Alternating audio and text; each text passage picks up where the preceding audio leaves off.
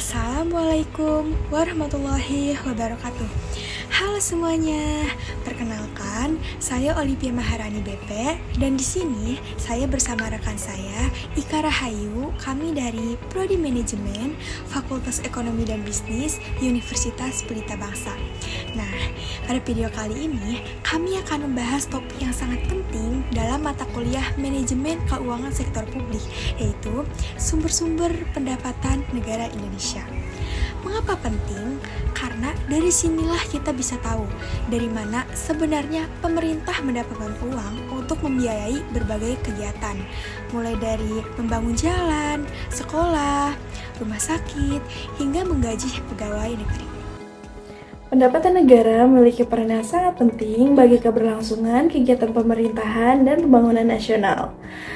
Secara sederhana, pendapatan negara adalah seluruh penerimaan yang diperoleh pemerintah dari berbagai sumber untuk membiayai pengeluaran negara.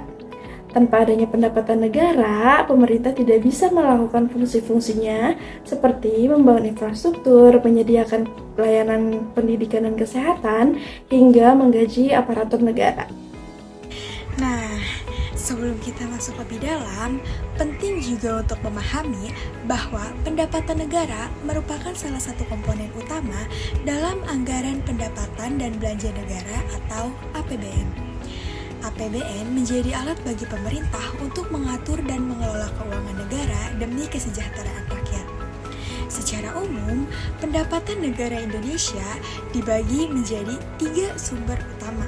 Yang pertama yaitu penerimaan perpajakan, yang kedua penerimaan negara bukan pajak, yang ketiga penerimaan hibah. Nah, ketiga sumber ini saling melengkapi dan memiliki peran yang berbeda-beda. Mari kita bahas satu persatu. Yang pertama adalah penerimaan perpajakan.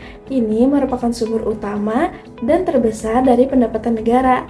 Pajak bersifat wajib dan dipungut dari masyarakat berdasarkan undang-undang.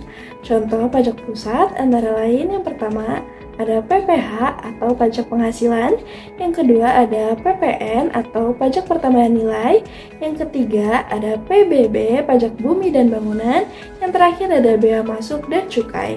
Selanjutnya, sumber kedua adalah penerimaan negara bukan pajak atau PNBP.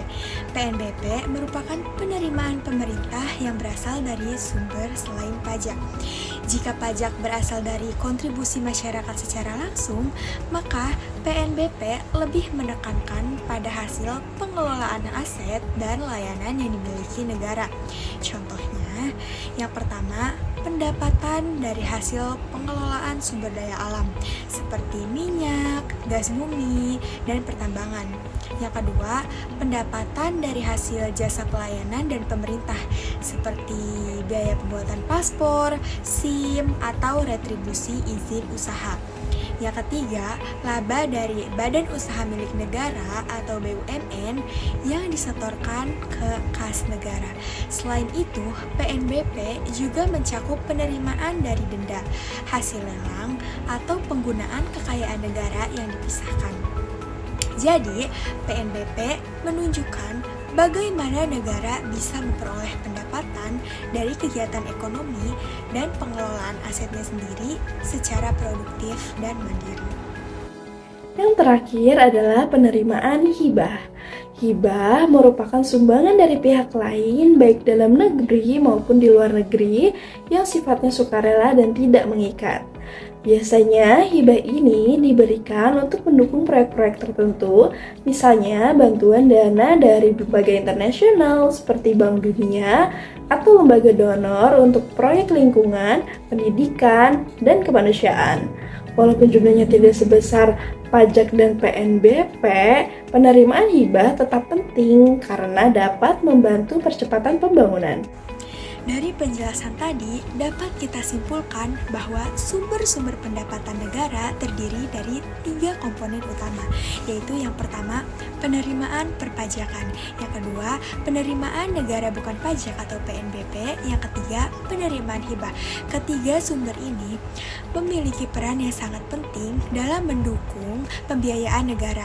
Dengan adanya pendapatan dari berbagai sumber tersebut, pemerintah dapat melaksanakan berbagai program pembangunan pembangunan yang bertujuan untuk meningkatkan kesejahteraan masyarakat, memperkuat ekonomi nasional, serta menjaga stabilitas keuangan negara.